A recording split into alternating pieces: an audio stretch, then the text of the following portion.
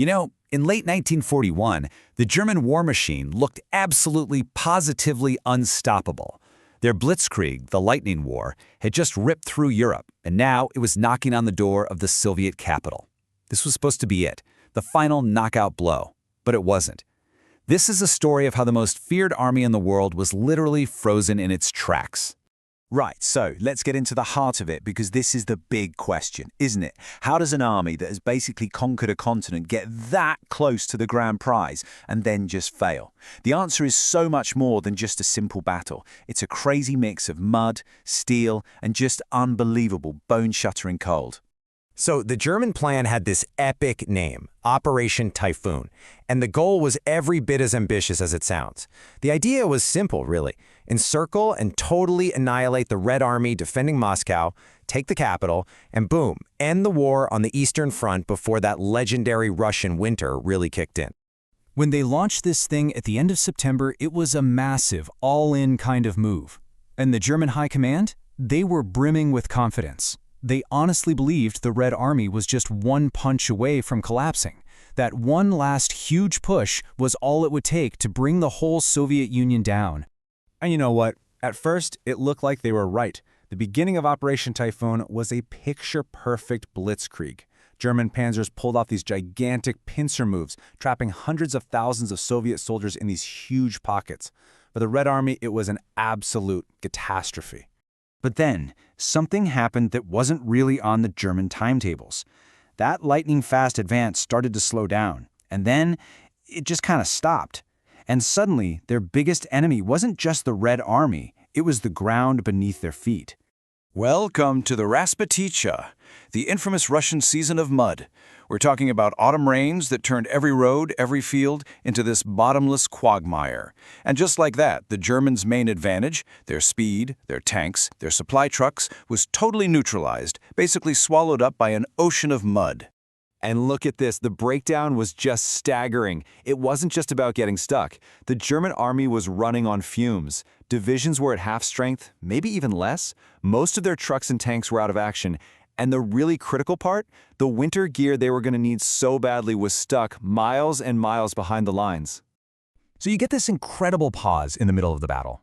On one side, you have this worn-out German army, literally stuck in the mud, but still planning one last big push. And on the other, you've got a battered Soviet force that's using every single muddy day to rush in reinforcements and desperately build rings of defenses around their city. And then, just like that, the weather flipped again. As November came around, the temperature plummeted and the ground froze solid. For the Germans, this must have felt like a gift from God. The mud was gone, the tanks could finally move. It was time. Time for that final all-or-nothing assault on Moscow. The plan was classic blitzkrieg. You've got armored groups swinging wide around Moscow from the north and the south, while the infantry holds the defenders in place.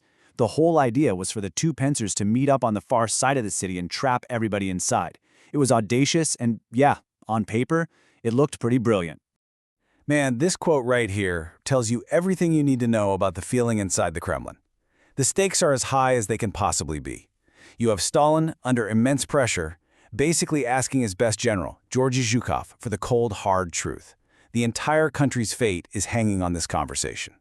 And Zhukov's answer is just perfect. It's not a confident yes, but it's not a no either. It's a grim, realistic, well, maybe, if you give me everything I need. And that exchange just set the stage for one of the most brutal and desperate defensive stands in all of history. So the German advance started up again, and it was terrifyingly fast. They smashed through the outer Soviet defenses, fighting for every single town and village. They got so close, unbelievably close. It really looked like victory was right there for the taking, and that's exactly when their absolute deadliest enemy showed up in full force. Just let that sink in for a second. 18 miles. That's it. German scouts made it to the suburbs of Moscow.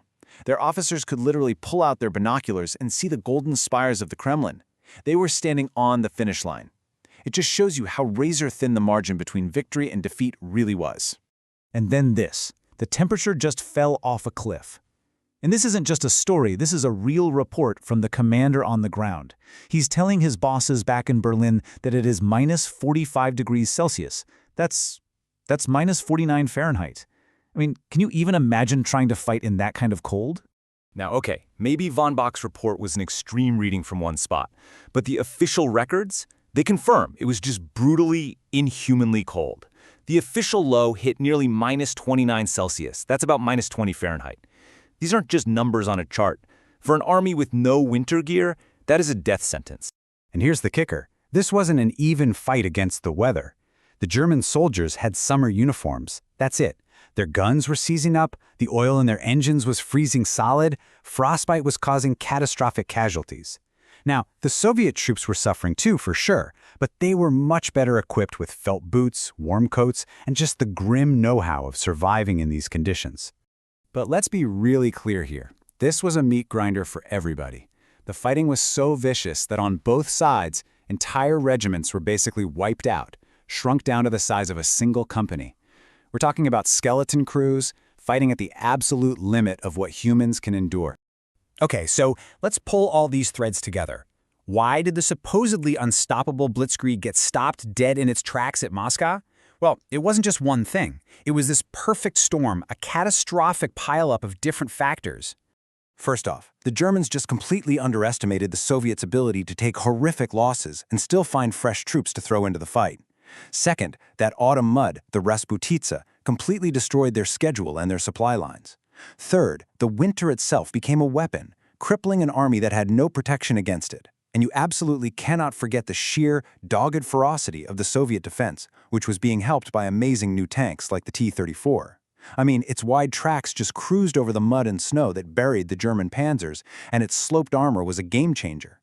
Look, you don't even have to take my word for it. This is coming straight from the horse's mouth. General Heinz Guderian, one of the guys who basically invented blitzkrieg warfare. He just comes right out and says it. The offensive failed. We misjudged the enemy, the size of the country, and its brutal climate.